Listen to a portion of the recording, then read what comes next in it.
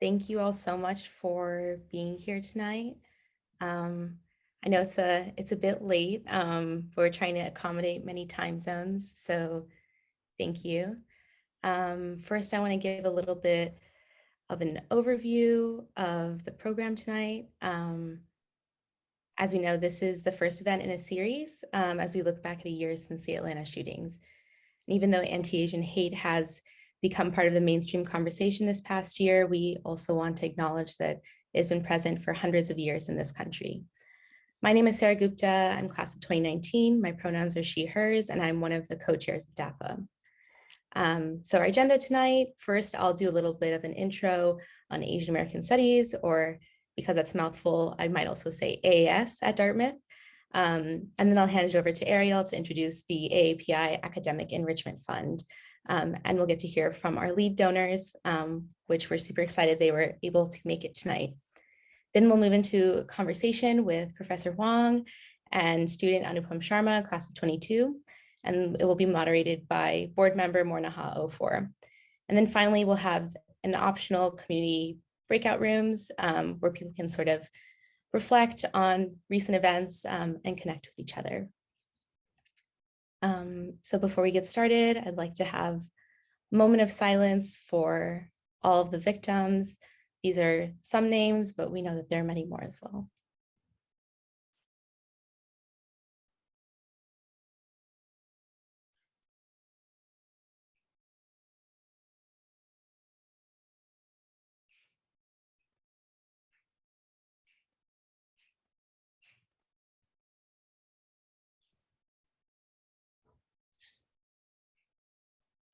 Thank you.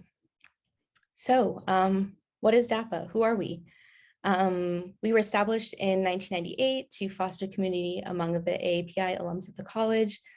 Our goals are to further the intellectual, social, cultural, and educational well-being of our community. So we have discussion panels, career mentoring opportunities, as well as a monthly book club. So please join our events. We will email out our contact information afterwards, and we'd love to for you to get more involved. So looking back at the history of APIs and Asian American Studies at Dartmouth, it's been a long and difficult road, but we are excited to see the progress we are making. I'd like to share a little bit of the history of AAS at Dartmouth in the last 2 decades. There is a much longer timeline on our website at dapaa.dartmouth.org, so please check that out. So in the late 90s and early 2000s, we saw Asian American Studies courses offered and proposals for a minor. Eventually, in 2004, students collected over 1,200 signatures calling for support of a minor and tenure track faculty. Mornaha 04, who will be moderating the discussion, was part of this push, so I'm sure she will talk about her experience. In the next few years, there was a conference and a symposium on Asian American Studies, and it seems like AAS was gaining a lot of traction, but it was an uphill battle. And after several years, there still was no minor or program. In 2014, the student group Asian Americans for Action was founded, and they submitted proposals for an AAS minor in 2015 and 2016. And then in 2018, the AAS postdoc fellowship was established in the Center for RMS. Consortium of Studies for Studies in RMS. Finally, in 2021, a lot of movement happened in our community. It was also a really difficult year for our community after Atlanta. So faculty circulated the Asia American Studies Action Plan, which garnered over 1,000 signatures. And it laid out the needs for a robust AAS program, including funding, different sorts of administrative needs, and things like that.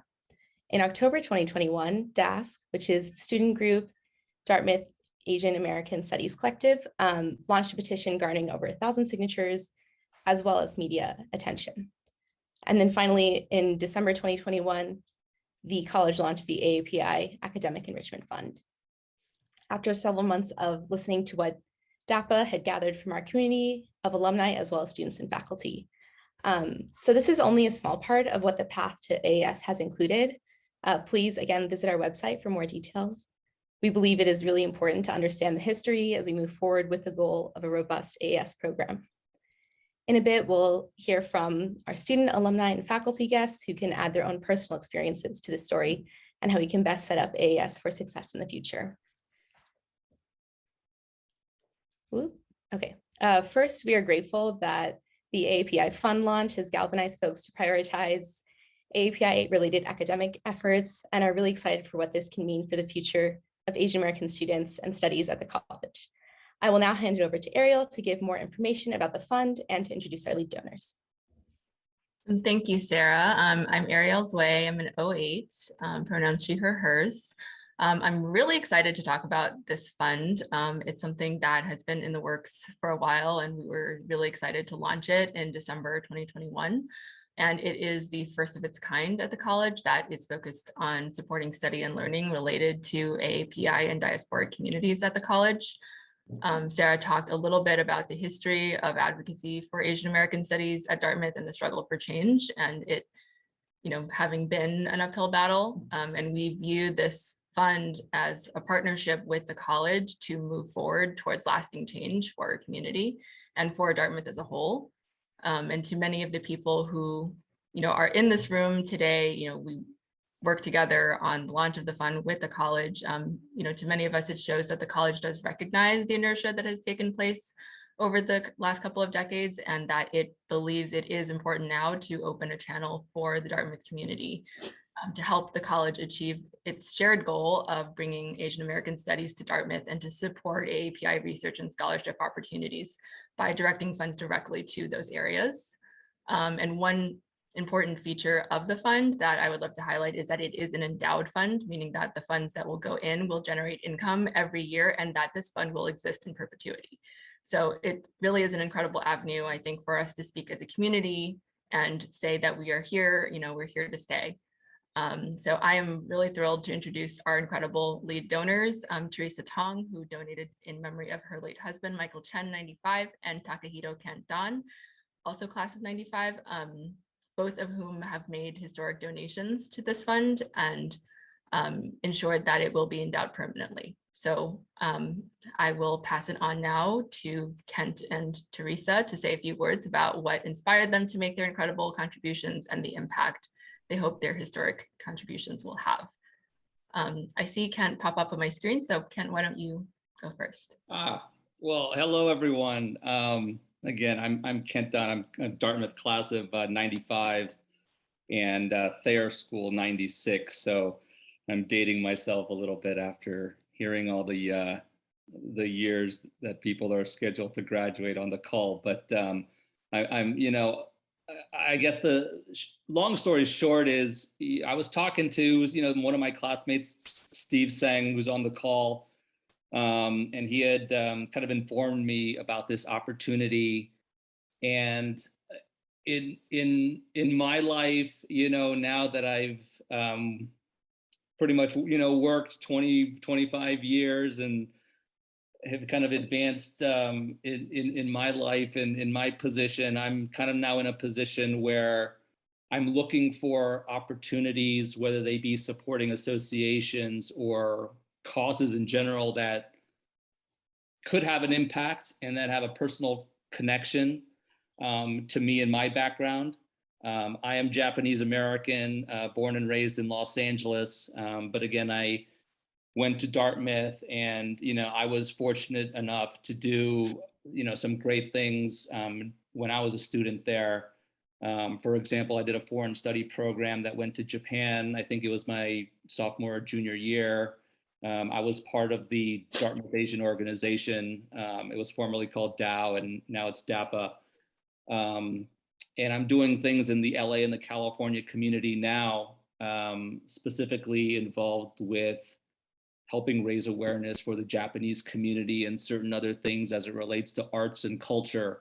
So when I read the synopsis and the description of what this enrichment fund could do, it kind of hit home for me that, it checked off a lot of the things I was looking for, supporting education, enrichment, kind of advancing some of the diversity, equity, and visibility topics that are so prevalent and important now. So anything really that I can do to help support and advance the Asian American community, whether that's via this, helping with a donation that can help with establishing coursework or curriculum or any kind of cultural activity, I'm definitely in support of, and that's really the reasoning and the rationale behind why I'm supporting this via the Enrichment Fund. Awesome. Thank you so much, Kent. I'll turn it over to Teresa. Oh, hi. Actually, my husband also, Michael, is also 95, graduate, and then he always want to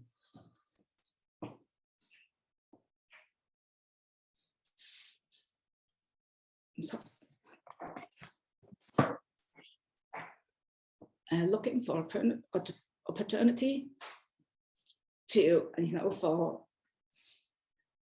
the school.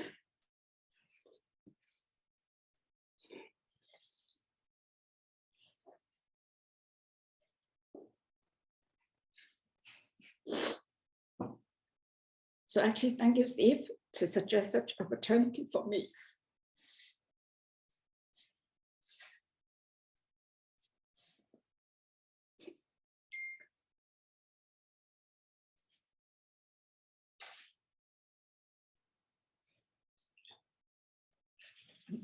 I'm sorry. Thanks, Teresa. I mean, it's really incredible to hear you and Kent both just talk about how much Dartmouth meant to Michael and to you, Kent, and how much this community means to everyone, and how much you view, giving back as important. So also he's also grew up in LA, and he always loved to help. So actually really glad such good opportunity for us to memory Mike. And then we are grateful that we have an opportunity to visit Dartmouth a few years ago with our kids. He actually showed us his store where we did summer camp there a few years ago. So thank you for giving me such opportunity to join. Thank you. Thank you so much, Teresa, for sharing, about the reasons for giving. And you, Kent, I think everyone has a different reason for making a gift, and every gift matters. We have approximately 6,000 members of DAPAAA, and we know that our members alone generate over $250,000 for the Dartmouth College Fund, which goes towards financial aid each year. And this doesn't even include any donations above $5,000. So, since the launch of the fund over 2 months ago, we've already raised $219,000 with 71 individual donors. So, the sky is the limit for our community, and you can give whatever, you can. Every donation is appreciated, and we thank again so much Kent and Teresa for thinking of the Dartmouth AAPI community and honoring the memories of our friends and lost loved ones and the future of this community with your donation. So thank you. And I will now turn it over to Morna.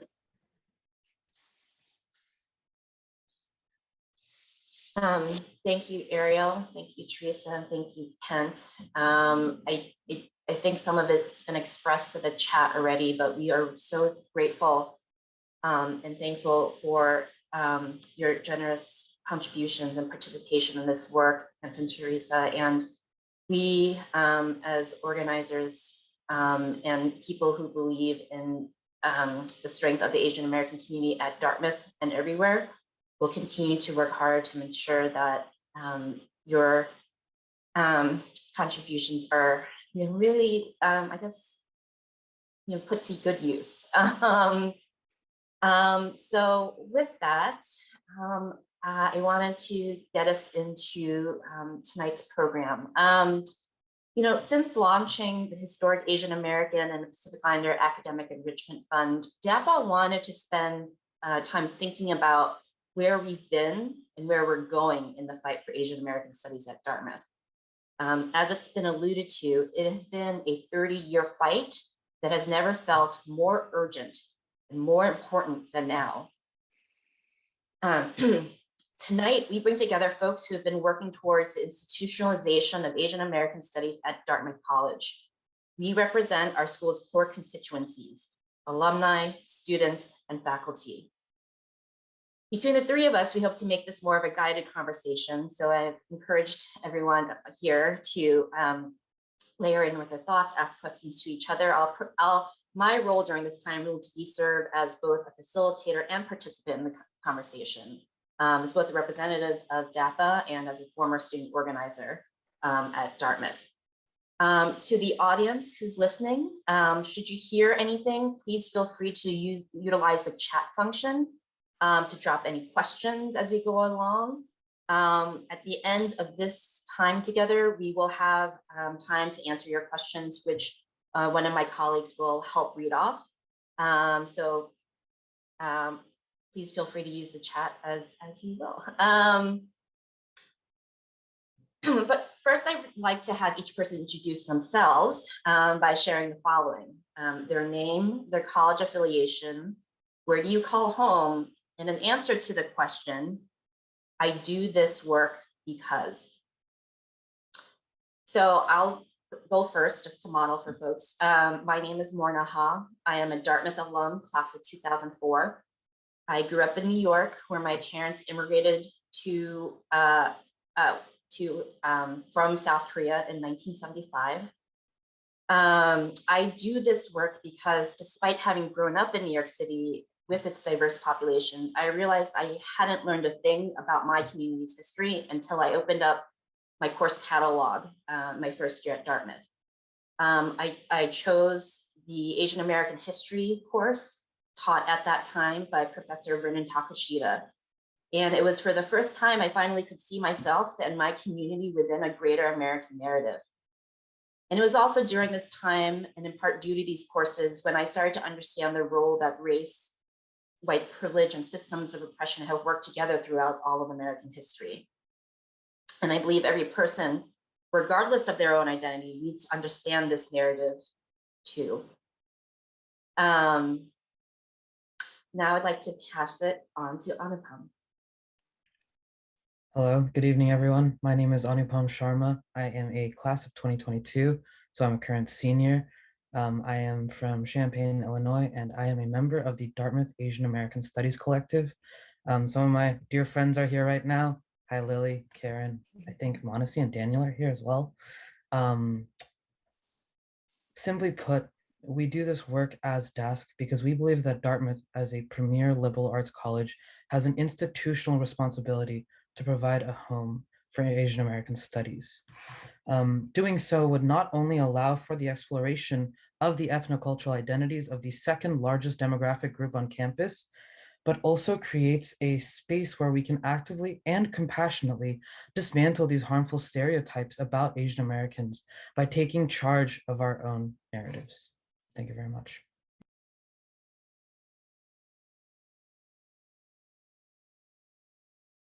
Mingwei. Thanks everyone for coming tonight or in the morning. And special thanks to everyone who helped put on this event. So I'm Mingwei Huang. I am assistant professor in women's gender and sexuality studies, WGSS, or WIGS, as many people call it. I'm calling in from White River Junction, Vermont. I came to Dartmouth in 2018. So I do this work because I credit Asian American studies with my politicization and for putting me on the path to academia. I grew up in a predominantly white suburb of Milwaukee, Wisconsin. The M and the W in my name is for Milwaukee, Wisconsin, actually, which is one of the most segregated cities in the country. I'm the eldest. My parents immigrated from China in the early 1980s. In college, I actually studied engineering and chemistry. This was for my father. And I minored in women's and gender studies. My very first semester, my freshman fall, I took an Asian American studies course that really helped me understand probably for the first time, my racial positioning and my family's, immigrant history. And even one Asian American Studies class can be so transformative for students, no matter their academic interests. So I do this for my current students, for future students, because the classroom can be really personally and politically transformative. Thank you, Mingwei. To get us started, Mingwei, I wanted to invite you to reflect on tonight's theme, Stop Asian Hate, hashtag Stop Asian Hate.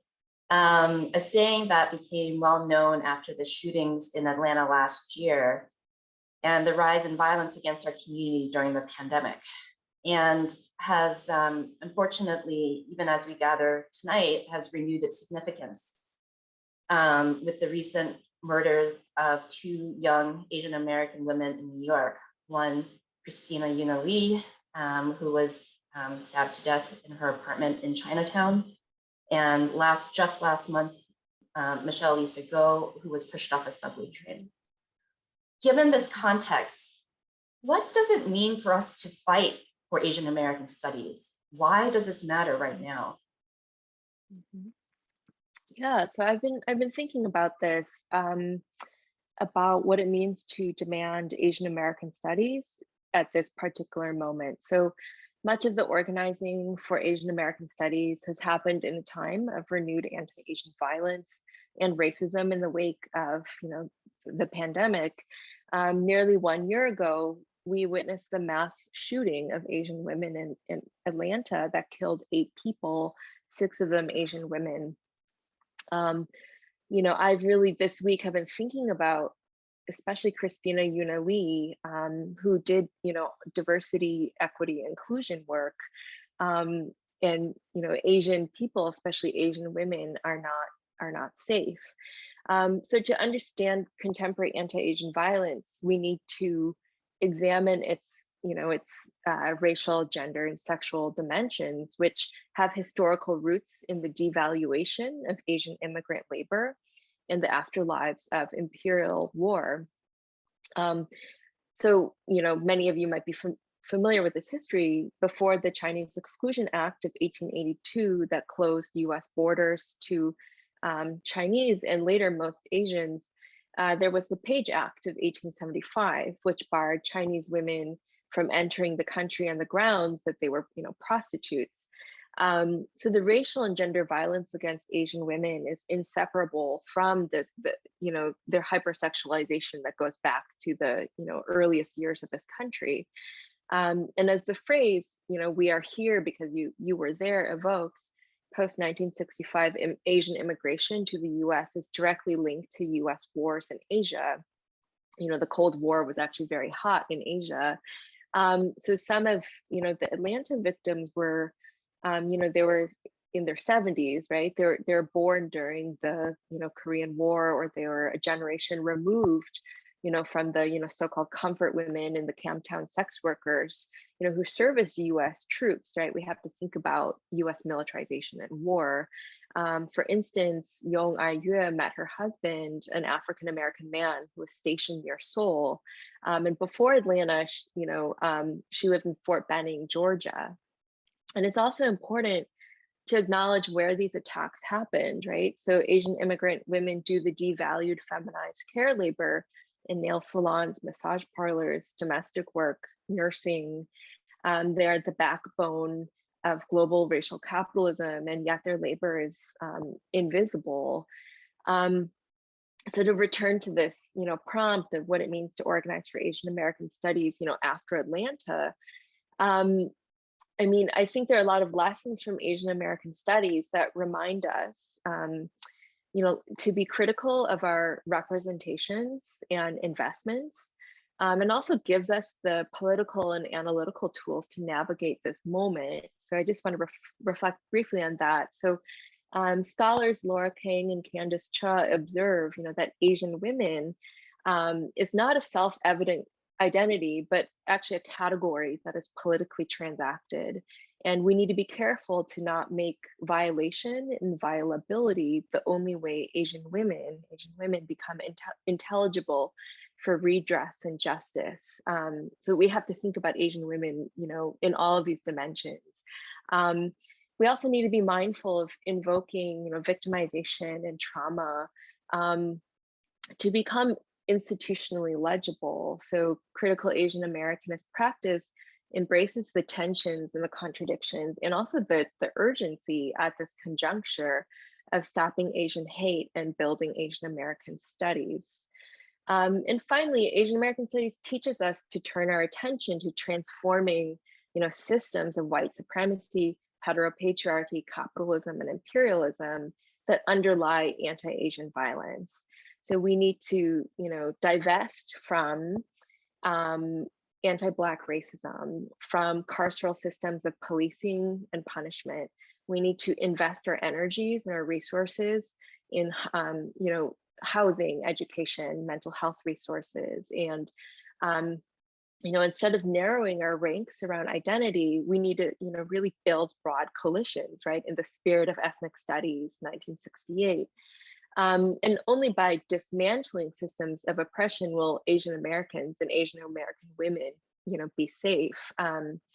So education is an important piece, as lack of knowledge about Asian American histories, communities, the ways that Asian Americans are really heterogeneously racialized, breeds anti-Asian racism. And our classrooms are really sites of critical analysis and solidarity building. I'm going to pass it back. Thank you for that. I think one thing that I was hearing from you is, I think people are coming to realize sort of the multiple intersections of like a lot of sort of, as you were saying, systems of oppression that have sort of painted our communities in a certain light, and thus reinforcing a kind of like cycle of violence that has happened. And one way I'm hearing you say that is by organizing around Asian American studies, we're able to break through those cycles. And just like the sheer, just baseline of education is critical. It's a critical component to that work. Mm-hmm.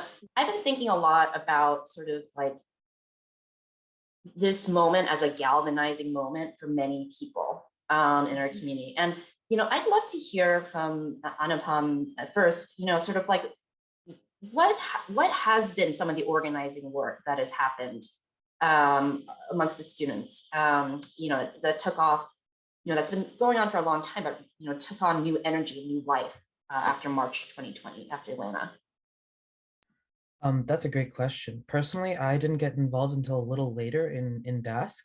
I know Monacy and Lily were two of our founders that also featured on that New York Times article, shameless plug.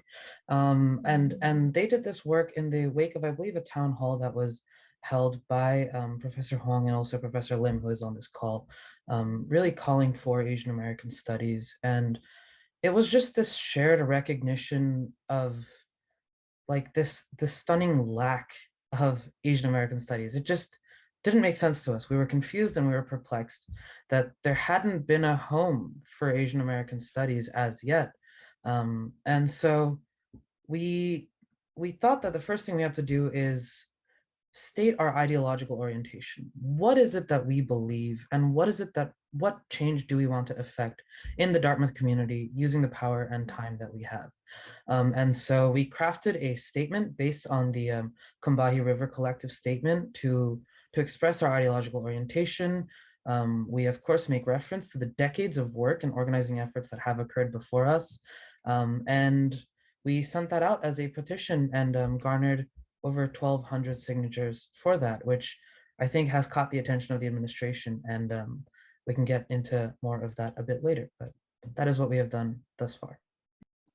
Thank you. Mingwei, I'd love to hear about sort of the faculty and how it's intersected so far with this rest of the campus life.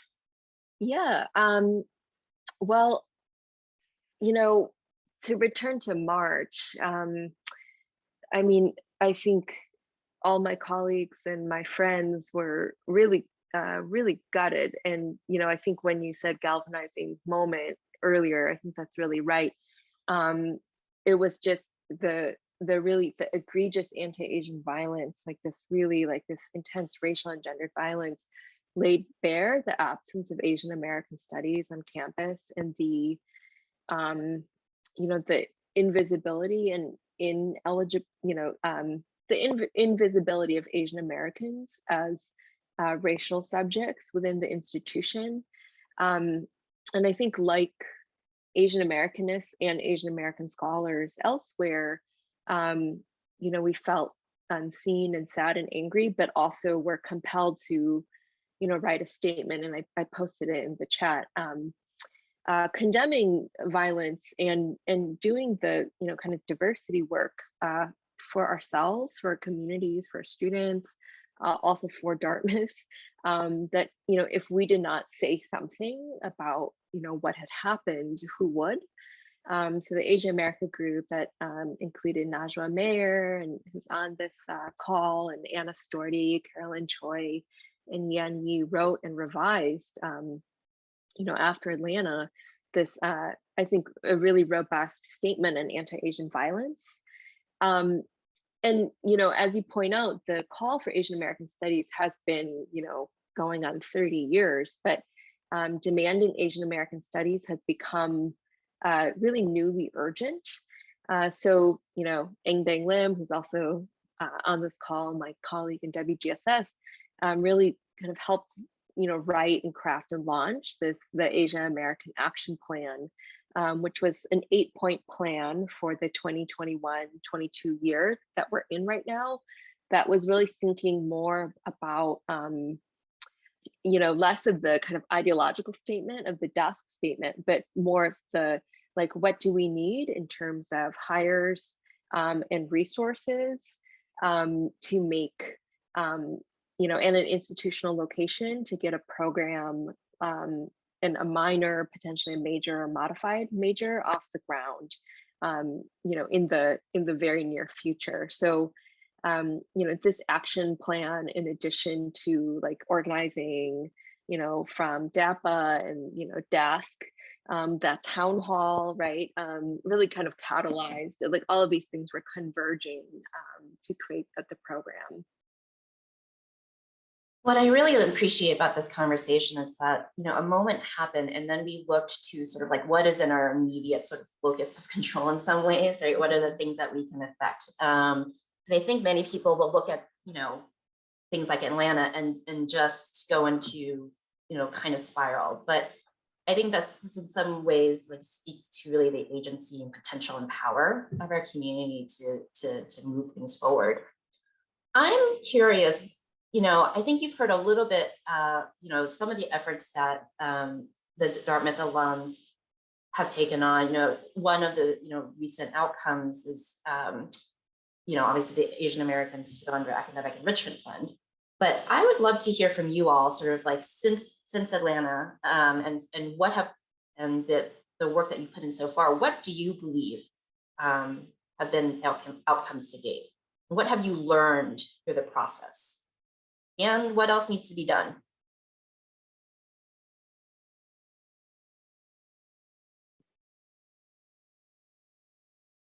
Anupam, do you want to start off, or should I? Up to you. I can just offer some brief comments. I see 3 different questions there. So I think in terms of outcomes, right now, it's slim, right? We are in the early stages of this. I think we've all recognized if it's been going on for 30 years, it can go on for a few more years. Patience is key for some of the work that we're trying to do. But we have, as of maybe a week or a week and a half ago, I think, we were able to meet and sit down with senior leadership at Dartmouth. So this includes President Hanlon, Provost Coates, Dean Elizabeth Smith, and Dean Matthew Delmont as well, to discuss concrete steps to take towards establishing Asian American studies on campus. I think we would, one of the really good things, which I'll be honest, was a little bit surprising for me was that we all shared the energy. I think everyone's been describing this moment, right? This, like, although these efforts have been going on for such a long time, something feels different this time, is what I'm hearing. There is this collective inertia and momentum to actually get things done. And we are seeing that from the admin side as well. And so admin has sort of revealed to us this willingness and desire to establish what's called a pilot program, a 3-year program and minor with Asian American Studies courses. And we are very excited by that. We think that these are important first steps, and it's an important demonstration of support from the College for Asian American Studies. So that is one outcome, semi-tangible, that I'm delighted to report. And Professor Huang, I'm sure you can elaborate a lot more on what that looks like. And you can also elaborate a lot more on what work needs to be done to do that, because I would just say that from the student perspective, we really, really, really need to acknowledge the disproportionate labor that has been put on faculty of color and Asian American faculty to get this work done. And yeah, they're the future. So I'll hand it on to you, Mingwei. We're not the future. I think the students are definitely the future. I think, there really seems to have been a really nice synergy with alum, with the timing of this fund, right? With students, mobilizing, social media, out there on the green, collecting signatures, canvassing, right? Organizing, building alliances with other student organizations. I think, the splashiness, the national reach of that New York Times article really helped. And it was, I think, a really proud moment for faculty to see, our students in the Times. So the pilot program, faculty have been having conversations with the administration, especially, Associate Dean Matt Delmont, on establishing a program kind of framed as a 3-year pilot in which, 2 to 3 tenured faculty create a curriculum toward, a permanent Asian American Studies program with a minor, hopefully a major at some point, to really set up, a set of core courses, right? That's coherent. Currently, I think our courses, they're offered kind of irregularly, like between English and sociology, occasionally, geography, Asian society, study for culture and literature. A lot of the courses are taught by postdocs and lecturers, faculty who kind of cycle in and out. So we can't really offer, this really kind of stable, coherent curriculum. So the pilot program would help, help create that curriculum. So we have a really great, introduction to Asian American Studies that's offered consistently. So a pilot is, a temporary arrangement of faculty labor. For the program to really succeed, there would need to be, an anchor hire, a permanent tenure ladder, tenure track or tenured faculty line to, at the very least, one person to anchor the program. So this one line would be, augmented with the teaching and the mentoring, advising, and programming building labor of affiliated faculty from programs and departments such as English, sociology, history, women's gender and sexuality studies, ASCL, right, Asian studies. We still are, these are mostly the folks who are already kind of working with administration and students and alum. But because, we are small and, people go on leave, and also, as Anupam, intimated, a lot of these folks are the faculty of color who are already pulled in multiple directions. We really would need at least one anchor hire, to stabilize the program. So currently the administration is, resistant to creating new tenure lines or creating new programs in departments. And it's great that they are so willing to create this pilot program. But current programs and departments are competing for very scarce resources, which are faculty lines. So often programs and departments will, apply and, be turned down and apply and be turned down until hopefully maybe they can get one. So we, as far as I know, we have received no promise on a line at the end of the pilot. At the best, we would have to ask other kind of departments or programs to, make a hire for us. And we can't, depend on that. So a pilot is a pilot because it's not a sustainable long-term model. And so this, I think, is where alumni come in. So an endowed faculty position actually costs $4 million. Other folks on this call might know better than me, but that would generate the annual income to permanently fund this line, and that would help, give us stability, autonomy for the program, and at the very least to establish it, and hopefully that can be a sustainable arrangement.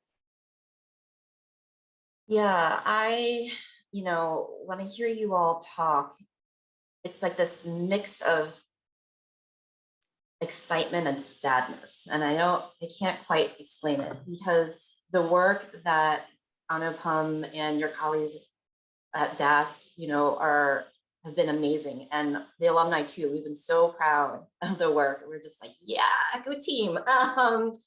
And the tireless efforts of the faculty.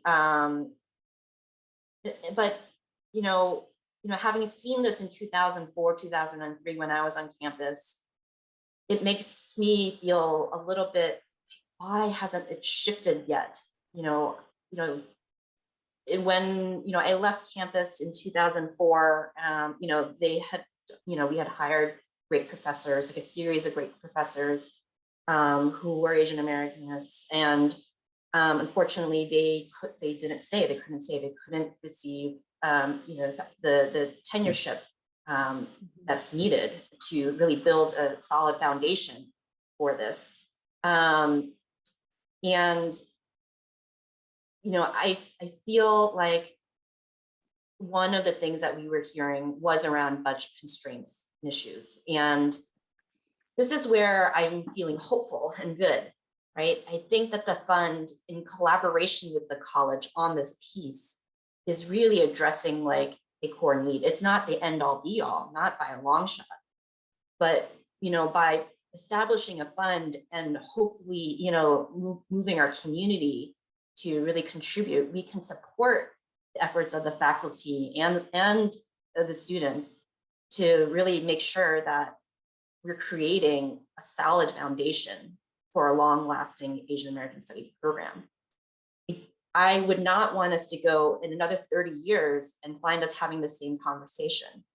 The pieces are moving all together in the right way. And, I really, I have a lot of hope that things are going to happen. I wanted to ask one question on a personal note.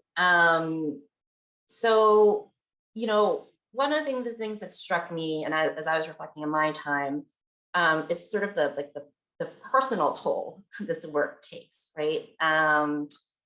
She's actually on this call, but there were many times when I was in school, I sat in Nora Yasumura's office crying or just feeling like I needed to decompress after,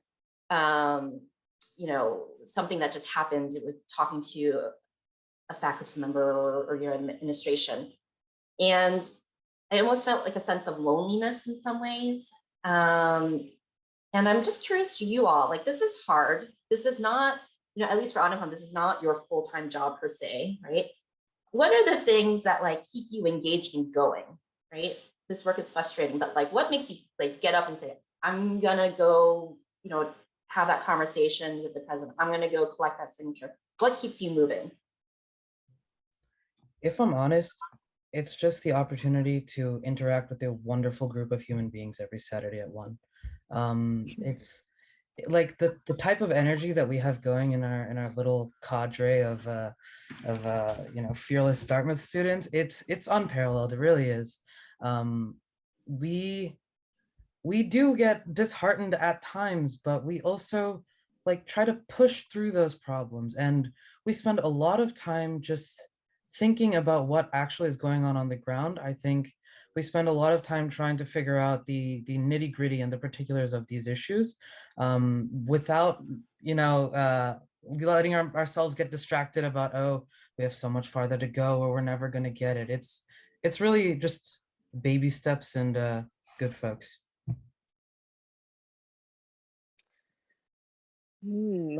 What keeps me going? I mean, it's hard. I think the response is going to be cheesy, but I mean, I think it is really inspiring, the work that students have been doing. I do think students are the future. The statement was so fierce. The New York Times profile, so good. I mean, I want to see this come to fruition because of all of the effort, that not just, you know, the students who are here now, but like, you know, these legacies of students. You know, I really think this is really, there is a lot of reinventing the wheel that needs to happen, but I don't think the wheel gets fully reinvented each time. I think it actually is a very late, like, I think there are layers of effort. So it's, I do think, you know, this 30-year journey is, you know, kind of threaded through. So I think that keeps me going. And I think, you know, we all need to find our people and our place in this institution that can be, you know, frankly, very inhospitable at times. So, I mean, I think we have to make those spaces ourselves, right? We have to write the statements ourselves. There are certain things we just need to do. You know, we need to, you know, for faculty to mentor students, to be that safe place to cry, you know. So I think that there's that human element of this work. Yeah, at this point, I want to give a major shout out to the subcommittee of DAPAAA on Asian American Studies, and particularly Sarah, Evelyn, Ariel, and Stephanie, who have been meeting every Wednesday at 8:30. Y'all are free to join us. But I really appreciate the sentiment that first and foremost, this work is human, right? And it's the connections, and it's really, you know, what makes us like feel connected to each other and to the greater world, and, you know, to know that people who are in it with you to go on. Thank you for that. And not cheesy at all, Mingwei.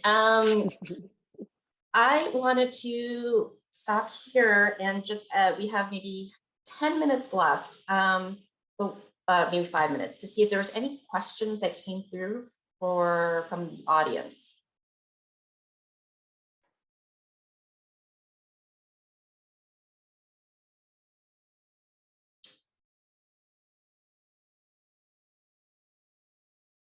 Or if you can come off mute. I don't even know if you can. I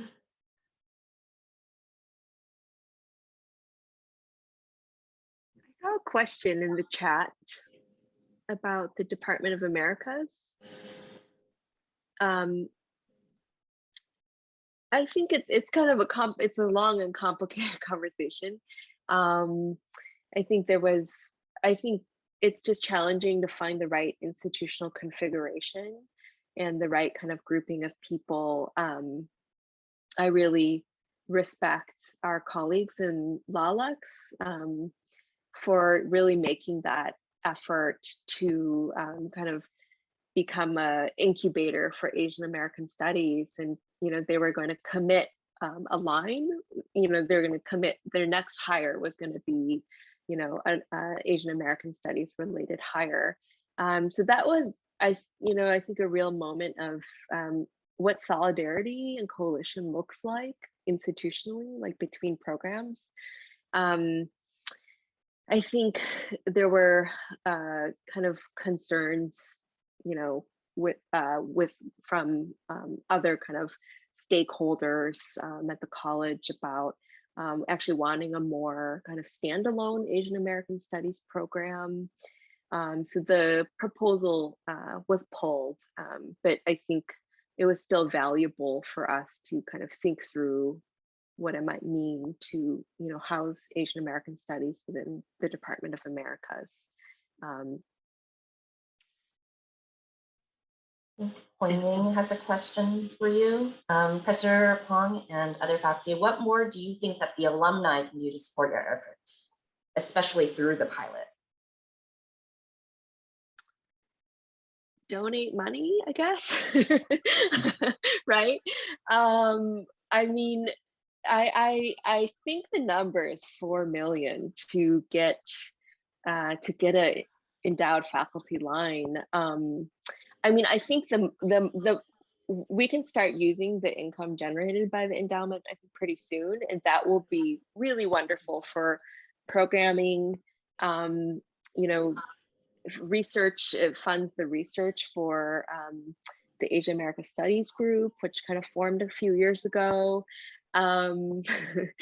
So I think we need to keep putting money into that fund until we can maybe make our own hire.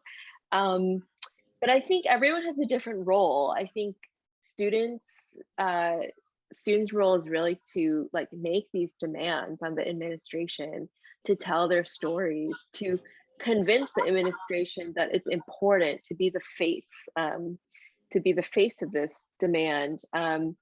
Faculty kind of do the work of sorting out the nuts and bolts. How many people do we need? How many joint appointments do we need to teach X number of courses, to offer, to be able to offer a minor or a major someday?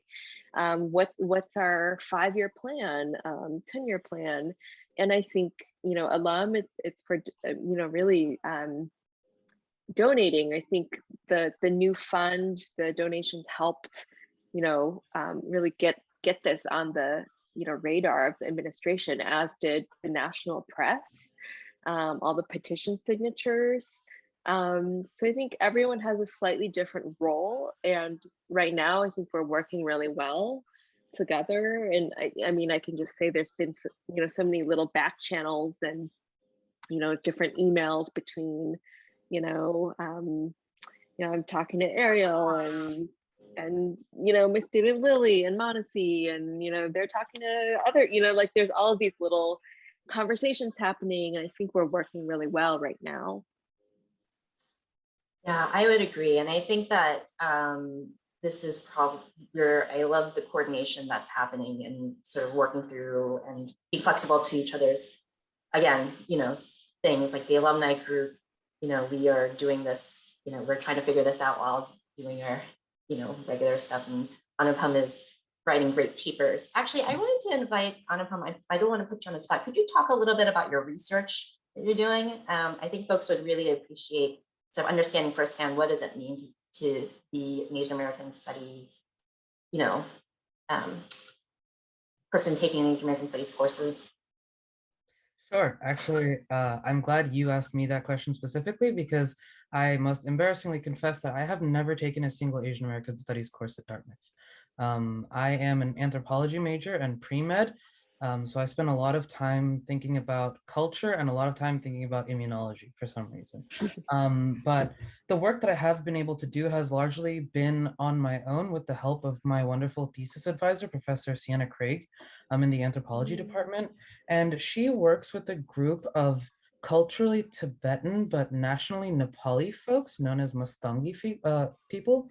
And I've really been able to work with the next generation of Mustangi Americans. We're talking about kids who were born in the US to Mustangi parents. And so it's been really special for me to be able to take advantage of what resources Dartmouth does offer with regard to funding and just supplying resources to do some of this work to amplify the voices of these communities who, honestly, as an Indian American, I had never heard of. And I think it's just that makes the importance of Asian American studies like that much bigger, because we're really, as you've mentioned, we're creating a community. We have this wonderful community, but this long-term sustainability ensures that this scholar activism can continue. So yeah, that's a little bit of what I've been doing. Mhm. I'm so glad you shared that. I thought that was so cool. I just wanted to offer, anyone have any last thoughts before we close out? What is one message that you hope to send to everyone on this call? Good question. Before we close out. Like a final word? Sure.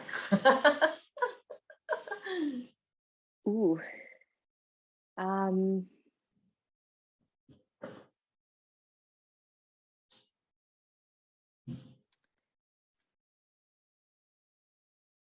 I mean, I think kind of going back to my point about like we just have to make these spaces for ourselves. I think we are the ones who will keep each other safe. We are the ones who can, use education as a means to of transformation of systems of oppression. We can think and act collectively, and I think that's what this work is doing. So only we will keep each other safe moving forward, in thinking about the Stop Asian Hate.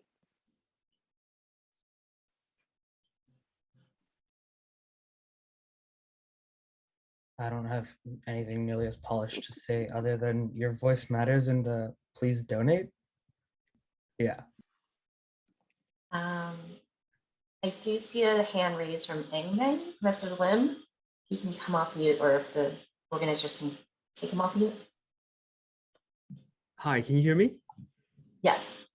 I just wanted to thank all our wonderful alums for gathering us tonight and for continuing the fight for representation at the curricular level, at the intellectual level, at the research level for our students on campus.